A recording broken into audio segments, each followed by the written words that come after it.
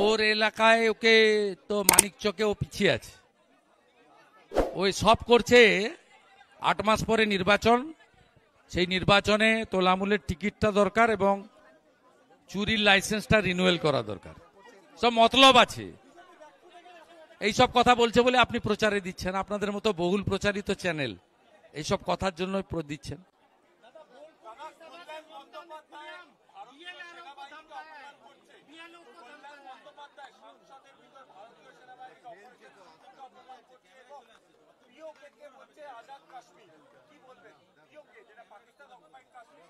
Speaker appropriate decision নিতে পারবেন এবং সংসদে যারা আছেন বিচক্ষণ ব্যক্তি। তৃণমূল কংগ্রেস একটি অ্যান্টি ন্যাশনাল পার্টি, সবাই জানে। তৃণমূল কংগ্রেস রাষ্ট্রের পক্ষে কোনো কাজ করে না।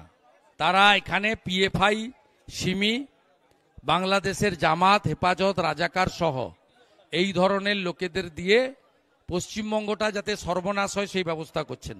540 কিলোমিটার সীমান্তে যে বেড়া দেওয়ার জন্য জমি দেওয়া হয়নি বিএসএফকে, এটাও একটা কারণ।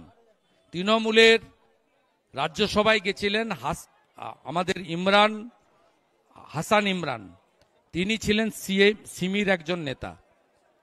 পিএফআই নিষিদ্ধ সংগঠনের প্যারেড হয়েছিল শামসেরগঞ্জ, মুর্শিদাবাদে।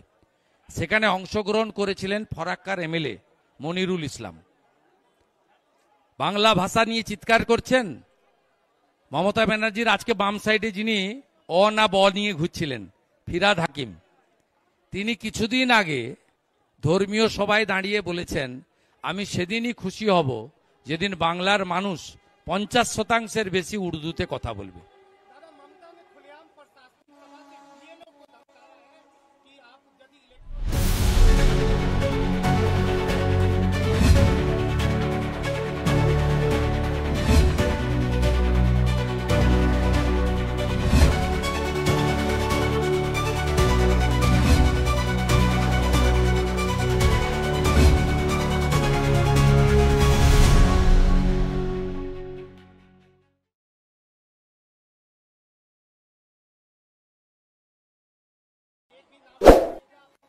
मैं सोशल मीडिया में दिया हूं, chief election commissioner Ganesh Kumar ji को खत भी भेजा हूं। इसमें इलेक्शन कमीशन को सो मोटो कॉग्निजेंस लेना चाहिए और इसको बहुत सीरियसली लेना चाहिए। ये सीधा सीधा इलेक्शन कमीशन का जो पावर कॉन्स्टिट्यूशन ने दिया है, आर्टिकल 324 से 329 देख लीजिए, ये कॉन्स्टिट्यूशनल का चैलेंज है। इसके ऊपर इलेक्शन कमीशन को कार्रवाई करना पड़ेगा। उसको ध्यान आकर्षण करने के लिए नेता प्रतिपक्ष की ओर से जो कार्रवाई करना चाहिए मैं ऑलरेडी कर दिया।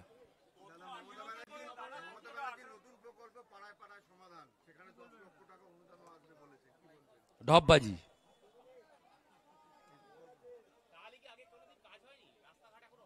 না, উনি তো এবারে প্রথম ভোটে লড়ছেন। 14 বছর তো ভূত মুখ্যমন্ত্রী ছিলেন। ওনার কাছে চাকরির হিসাব নেই, শিল্পের হিসাব নেই, উন্নয়নের হিসাব নেই। কতগুলো এয়ারপোর্ট হয়েছে, কতগুলো সমুদ্র বন্দর হয়েছে, কি করেছেন তার কোনো হিসাব নেই। কত ছেলেকে চাকরি দিয়েছেন, ছেলে মেয়েকে। এই তো 2011-তে যেদিন সিপিএম যায় 1,98,000 কোটি টাকা ঋণ ছিল, আজকে 7 লাখ কোটি টাকা ঋণ। সিপিএম যেদিন যায় 5,20,000 পরিযায়ী শ্রমিক ছিল, আজকে 60 লক্ষ পরিযায়ী শ্রমিক। সিপিএম যেদিন যায় তখন তো কর্মবিনিয়োগ কেন্দ্রগুলো ছিল 51টা, এখন তো কর্মবিনিয়োগ কেন্দ্রগুলো তালা লাগিয়ে দিয়েছে যাতে বেকারের সঠিক হিসাব না পান। এখন বেকারের সংখ্যা হচ্ছে এডুকেটেড বেকার 2,15,00,000। শিল্পের শ্মশান করেছে, এই ডানকুনিতে বিস্কুট কারখানা চলে গেছে, সিঙ্গুরের তৈরি হওয়া কারখানাকে ডিনামাইট দিয়ে তুলিয়েছে, Bhadreswar jute mill, Telinipara jute mill, line করে আপনার হুগলি নদীর তীরে যত শিল্প ছিল সমস্ত শিল্প তালাচাবি এর সময় লেগেছে। সিপিএম কিছুটা শুরু করে দিয়ে গেছিল, বাকি গেছে। উনি কিছুদিন আগে যে এসেছিলেন হিন্দ মোটরে, মিস্টার গুপ্তার চিটিংবাজি, মানে বলেছিলেন রেলের কোচ তৈরি হবে, অমুক কি হচ্ছে, 3 বছর হয়ে গেল। উনি যে হিন্দ মোটরে এসে শিলান্যাস করেছিলেন, নারকেল ফাটিয়েছিলেন, তার 3 বছর পরে দেখুন তো ওখানে গরু চড়ছে। উনি 14 বছর কিছু করেননি, এই রাজ্যটাকে সর্বনাশ করেছেন, সব হাফ দাঁড়ি কেটে রেখে দিয়েছেন। আইসিডিএস 5,000, আশা 2,000, সিভিক ভলেন্টিয়ার্স 10,000, কন্ট্রাকচুয়াল সব অফিস শেষ, কর্মচারীদের ডিএ নেই।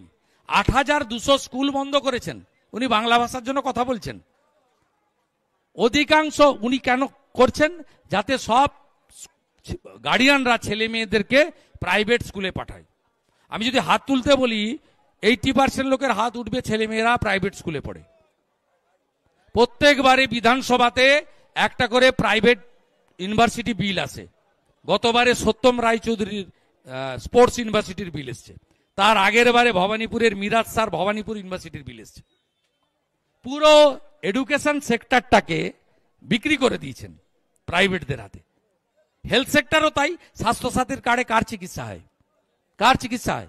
সব নার্সিং হোমে গেলে বলে কার্ড না ক্যাশ, যদি কার্ড বলেন বলে সিট নেই। কেন এখনো লোক ভেলোরে যায়, মুম্বাইতে যায়, বাঙ্গালোরে যায়? কেন আয়ুষ্মান ভারতের কার্ড এখানে চালু হয় না? উত্তর দিতে পারবেন? আর এদের সব ফাটা পায়জামা ছিল, এই তপন দাশগুপ্ত, তপন মজুমদার, এই অসীমা পাত্র। এখন তো কুকুর ধরার লোক আছে, ব্যাগ ধরার লোক আছে, ছাতা ধরার লোক আছে। এদের দেখছেন না এদের নিজেদের চরিত্র? আমি কি বলবো ভাই, পাশের বলাগড়ের এমএলএ বলছে, কি বলছেন উনি? চোর চোর চোর।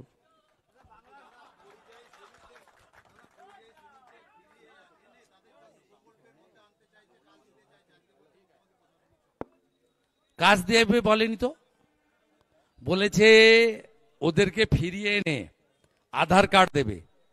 যদি পশ্চিমবাংলার লোক হয় তার আধার কার্ড করতে হবে কেন?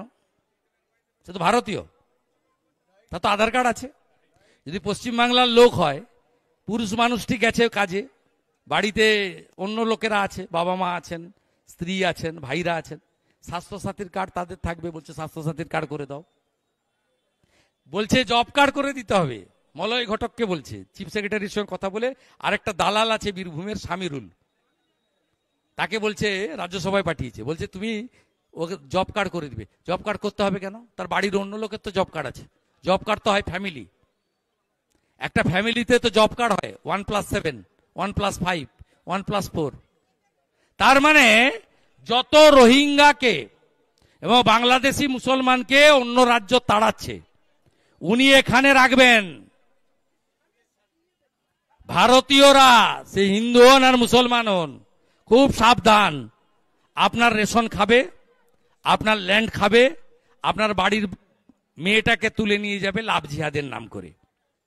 আর ভোটের দিন ভোট জিহাদ করবে, তৃণমূলকে ভোট করাবে, তৃণমূলের হয়ে ভোট লুট করাবে। যত মৃত অ্যাবসেন্ট আছে 4টের পরে লাইনে দাঁড়িয়ে 6টা পর্যন্ত ভোট করবে আর বিরোধীদের মাথা ফাটাবে। গতবার এই লোকসভা নির্বাচনে ধনেখালিতে আমাদের প্রার্থী প্রাক্তন সাংসদ লকেট চট্টোপাধ্যায়কে কিভাবে জুতো নিয়ে আক্রমণ করেছিল কারা, আপনার চোখের সামনে দেখেছেন। এইটাই হচ্ছে কারণ। আমি ভারত সরকারকে অনুরোধ করব, আপনারা যাদেরকে বাংলাদেশি মুসলমান এবং রোহিঙ্গা হিসেবে চিহ্নিত করেছেন তাদেরকে ছাড়বেন না, তাদেরকে পুশব্যাক করুন। দরকার হলে যোগীজির কাছ থেকে কিছু বুলডোজার নিন, বুলডোজারের উপরে তুলে কাঁটাতারের এপার থেকে ওপারে ছুঁড়ে দিন। হবে বুথগুলোকে দুর্গ তৈরি করুন। শুধু কন্যা সুরক্ষা নয়, হিন্দু সুরক্ষাও দরকার। বাংলাদেশে 47-এ আমরা ছিলাম 33%, 71-এ দেশ ভাগের সময় আমরা ছিলাম হিন্দুরা 23%। আজকে কেন 7%? বাংলাদেশের হিন্দুদের জন্য আপনাদের মন কাঁদে না? তারাও তো বাঙালি, তারাও তো বাংলায় কথা বলে। কালকেও রংপুরে 30টা হিন্দু বাড়ি জ্বালিয়ে দিয়েছে। কতবার হাই কমিশন, ডেপুটি হাই কমিশনে যাব, কতবার পেট্রোপলে গিয়ে, বসিরহাটে গিয়ে বর্ডার আটকাবো। সব হিন্দুকে বাংলাদেশের হিন্দুদের পাশে দাঁড়াতে হবে। এই পশ্চিমবঙ্গে আজকে ফুটানি মারাচ্ছেন না পিসি আর ভাইপো। 1947 সাল 20 জুন পশ্চিমবঙ্গ বিধানসভা, যার আমি এলওপি, সেদিন ছিল আইনসভা। ব্রিটিশরা বলেছিল, মোহাম্মদ আলী জিন্নাহ বলেছিল, গোটা বাংলা চাই, কলকাতা আমার চাই। স্বামী প্রণবানন্দ, ডক্টর শ্যামাপ্রসাদ মুখার্জি বলেছিল, না আমরা যাব না, এটা হিন্দুদের হোমল্যান্ড, আমরা যাব না, আন্দোলন তৈরি করেছিল। ব্রিটিশ গভর্নর বলেছিল, আপনারা আইনসভায় আলোচনা করুন, গরিষ্ঠ মেম্বার যা চাইবে, সংখ্যাধিক্য মেম্বার যা চাইবে তাই করব। প্রস্তাব এসেছিল 47 সাল 20 জুন। মমতা ব্যানার্জি যত মিথ্যা বলো, ইতিহাস বদলে দিতে পারবে না। সেদিন ভোট হলো, ডক্টর শ্যামাপ্রসাদ মুখার্জি এবং কৃতজ্ঞতা চিত্তে জ্যোতি বাবুকেও স্মরণ করি। 58 জন হিন্দু আইনসভার মেম্বার ভোট দিল যে আমরা ভারতে থাকব। সেদিন 21 জন, হুগলির যিনি মিস্টার সাদি ছিলেন আইনসভার এমএলএ, 21 জন মুসলমান আইনসভার এমএলএ। বুঝতে পারছেন, সেদিন থেকেই মাইন্ডসেট, খাবো এখানে, রোজগার করব এখানে, পাকা বাড়ি করব এখানে, আর প্রয়োজন হলে পাকিস্তান জিতলে বোম ফাটাবো। 21 জন বিরুদ্ধে ভোট দিয়ে বলল, না আমরা পূর্ব পাকিস্তানে যাব, আজকে বাংলাদেশ। আপনি বলুন তো, ডক্টর শ্যামাপ্রসাদ দিন না থাকলে পিসির হেলিকপ্টার চড়া হতো, পিসির চার্টার ফ্লাইট চড়া হতো, পিসির অজন্তার চটি ছেড়ে আডিডাসের দামি জুতো পরা হতো। ওটা চটি না, ওটা বহুমূল্য, ব্লেড দিয়ে তুলে দেয় ব্র্যান্ডটা। আগে ধনেখালির শাড়ি যেত 400 টাকার, এখন গড়িয়াহাট থেকে শাড়ি যায় 10,000-এর কম নয়। আর ভাইপো তো ওখানে ছিলেন দিল্লিতে, হত কাটলাম আমরা, আর কই খেলো ভাইপো। দিদি থেকে দিদিমা হতেন, কোনোদিন মুখ্যমন্ত্রী হতেন না যদি না অটল বিহারী বাজপেয়ীজি আশ্রয় না দিতেন 98-তে। আর এই আপনাদের ভাই শুভেন্দু নন্দীগ্রামে জনগণকে নিয়ে লড়াইটা না করে ওই 14ই মার্চের গুলি চালানোর বিরোধিতা না করতাম। এত বেঈমান, বিজেপিকে গালাগালি করে, বিজেপির নেতাদের জেলে পড়ে। আপনি জানেন 2007-এর 14ই মার্চের পরে 62 দিন পার্লামেন্ট বন্ধ ছিল। কে বন্ধ করেছিল? লালকৃষ্ণ আদবানির নেতৃত্বে বিরোধী দল, প্রধান বিরোধী দল বিজেপি এনডিএ। আপনি জানেন 14ই মার্চের পরে 16ই মার্চ নন্দীগ্রামে লালকৃষ্ণ আদবানি জি, সুষমা স্বরাজ জি, রাজনাথ সিং জি, তারা এসেছিলেন, এসে প্রতিরোধ ভেঙেছিলেন। আজকে বিজেপির বিরুদ্ধে বলেন, বিজেপির লোকেদের জেল খাটান, আপনার লজ্জা করে না? তাই হিন্দু সুরক্ষা যাত্রাও আমাদের করতে হবে। আপনি মুর্শিদাবাদের ঘটনা এত তাড়াতাড়ি ভুললেন কেন? হরগোবিন্দ দাস, চন্দন দাস সিপিএম করেন, ওদের বাড়িতে মমতাকে ঢুকতে দেয়নি, মমতার টাকা নেয়নি, আমাদের বিজেপির টাকা নিয়েছে, 10 লাখ টাকা করে আমরা দিয়েছি, আমাদের বাড়িতে ঢুকতে দিয়েছে। আর বলেছে, আমি জিজ্ঞেস করেছিলাম কাস্তে হাতুড়ি তারাতে ভোট দেন, মারলো কেন? সেলিম সাহেব বলছে, আপনি দাঙ্গা ঠেকাতে গেছিলেন? বলছে, না না, দাঙ্গা টাঙ্গা ঠেকাতে যায়নি, বাড়িতে ছিলাম, পশু কাটার অস্ত্র দিয়ে আমাদের কেটে দিয়ে গেছে, আমার বাড়ির 2 জন লোককে, কারণ আমরা প্রতিমা তৈরি করি, ওরা মূর্তিতে বিশ্বাস করে না, এবং আমরা হিন্দু বলে আমাদের বাড়িতে ঢুকে খুন করেছে। যারা ধুলিয়ান শামসেরগঞ্জ যাননি তারা দেখেননি কি করেছে। আমি গেছি, নুন রাখার বাটি পর্যন্ত নেই, গামছা পর্যন্ত নেই বাড়িতে। গ্রামের পর গ্রাম, 10টা হিন্দু গ্রাম। আমি গেছি মোতাবাড়ি হাইকোর্টের অনুমতি নিয়ে। 65টা দোকান ভেঙেছে, 3টে হিন্দু দোকান ভেঙেছে, পাশে 5টা মুসলমান দোকান ছেড়ে দিয়েছে, আবার 2টো হিন্দু দোকান ভেঙেছে। মা কালী স্টোর্স ভাঙো, মহাদেব মিষ্টান্ন ভান্ডার ভাঙো, লক্ষ্মী বস্ত্রালয় ভাঙো, কারণ তারা হিন্দু। তৃণমূল হতে পারেন, সিপিএম হতে পারেন, তুলসী মঞ্চ সবার ঘরে আছে। ছবিতে দেখেছেন মমতার পুলিশের সামনে মহেশতলা রবীন্দ্রনগর তুলসী মঞ্চ তুলে ফেলছে, পুলিশ দাঁড়িয়ে দাঁড়িয়ে দাঁত কেলিয়ে কেলিয়ে দেখছে। একজোট হবেন না? আমি মার খেলে বলতে পারবো না, বলবে হিন্দু হিন্দু করছে। আমি আক্রান্ত হলে পাশে দাঁড়াতে পারবো না। যেখানে হিন্দু সংখ্যা কম, কালকে গেছিলাম উলবেড়িয়া পূর্বর বাউড়িয়াতে,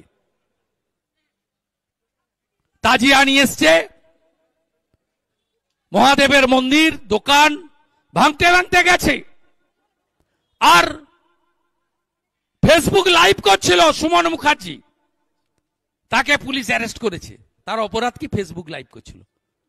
ফেসবুক লাইভ করবে না? আমার এলাকায় যদি আঙুল লেগে যায়, আমি ফেসবুক লাইভ করে বলবো না ফায়ার ব্রিগেড তাড়াতাড়ি এসো, পুলিশ তাড়াতাড়ি এসো? মানুষ করবে না? সোশ্যাল মিডিয়ার এই ইলেকট্রনিক্স ব্যবস্থার সুযোগ নেবে না? তাকে পিসিতে নিয়ে গেছে পুলিশ কাস্টডি, মেরেছে। কারণ এই সরকার মুসলিম লীগের সরকার, সুরাবর্দীকে হার মানানো সরকার। দেখছেন না ওবিসি নিয়ে? আমি সুপ্রিম কোর্টের আজকের আদেশ নিয়ে বলবো না। এগুলো মমতা ব্যানার্জির মরিয়া প্রয়াস কেন? কোন কোন মিডিয়া বলছেন রাজ্য সরকারের স্বস্তি, মমতার স্বস্তি। এ লড়াইটা কিসের? লড়াইটা হচ্ছে হিন্দু ওবিসিদের সর্বনাশ করো।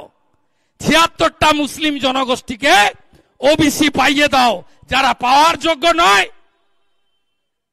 31টা মুসলিম জনগোষ্ঠী পাওয়ার যোগ্য, আমরা আপত্তি করিনি। আমাদের সঙ্গে কোন ভারতীয় মুসলমানের ঝগড়া নেই। ভোট দিতে পারেন আপনারা? কোন শিক্ষিত মুসলমান নিজের বিবেক বুদ্ধি অনুযায়ী পান্ডুয়াতে, ধনেখালিতে ভোট দিতে পারেন, মগরা এলাকায় ভোট দিতে পারেন, জাঙ্গিপাড়ায় ভোট দিতে পারেন, পারেন বিবেক বুদ্ধি অনুযায়ী। এখান থেকে কত দূর তেলেনি পাড়া? কি হয় মাঝে মাঝে? এখান থেকে কত দূর রিসড়া? রামনবমীতে কি হয়েছিল ভুলে গেছেন? ভুলেননি তো? তাই হিন্দু যদি বাঁচতে চাও, বিভেদ ভুলে এক হও। অনেক সন্ধ্যা হয়ে গেছে, এই লড়াই আমাদের এগিয়ে নিয়ে যেতে হবে। আজকে মুখ্যমন্ত্রী প্রশাসনিক সভায় বলেছেন, কি বলেছেন? চিফ সেক্রেটারিকে, মলয় ঘটককে আর রাজ্যসভার সদস্য সামিরুল ইসলামকে বলেছেন, পশ্চিমবঙ্গে ক্যাম্প তৈরি করো। আরে ক্যাম্প কেন করতে হবে? যদি পশ্চিমবঙ্গের লোক বাইরের রাজ্যে আক্রান্ত হয়, তার বাড়ি তো পশ্চিমবঙ্গে, পশ্চিমবঙ্গে তো বাড়ি আছে, তার আধার কার্ড আছে, বলছে আধার কার্ড করে দাও, স্বাস্থ্য সাথীর কার্ড দাও। কিচ্ছু না, বাঙালি টাঙালি কিচ্ছু না। রোহিঙ্গা মুসলমান আর বাংলাদেশি মুসলমানকে বাঁচাতে চায় রোহিঙ্গাদের খালা মমতা ব্যানার্জি। কি সুন্দর ভাষা! ভাষা আন্দোলন, তপন মজুমদার, নাম তার রশিদ মজুমদার, নানা গুণের গুণান্বিত। তিনি বলছেন জিহাদ করতে হবে। জিহাদ তো বাংলা অভিধানে নেই, জিহাদ তো আরবি ভাষা। গোঘাটের নেতা নারায়ণ পাঁজা তিনি বলছেন 2011 সালে বিশ্বকবি রবীন্দ্রনাথ ঠাকুর জনগণ মন অধিনায়ক গান লিখেছিলেন, জাতীয় সঙ্গীত। এটা ভাষা আন্দোলন তৃণমূলের। অশিক্ষিত মূর্খ বর্বর চাকরি চোর ধর্ষকদের পার্টি, এই পার্টিকে উপড়ে ফেলতে হবে এবং রোহিঙ্গা মুক্ত, বাংলাদেশি মুসলমান মুক্ত পশ্চিমবঙ্গ চাই। আমাদের এই লড়াইতে পশ্চিমবঙ্গে বসবাসকারী ভারতীয় মুসলিমদেরও সহযোগিতা প্রার্থনা করব। বাইরের রাজ্যে কোথাও কোন ভারতীয় তার উপর অত্যাচার হয়নি। হরিয়ানায় পোস্ট করেছিল, মিথ্যা প্রমাণ হয়েছে। রাজস্থানে পোস্ট করেছিল, মিথ্যা প্রমাণ হয়েছে। আজকে মমতা ব্যানার্জি দিল্লির যেটা পোস্ট করেছে কয়েক ঘন্টার মধ্যে সেটাও মিথ্যা প্রমাণ হবে, আমি আপনাদের বলে গেলাম।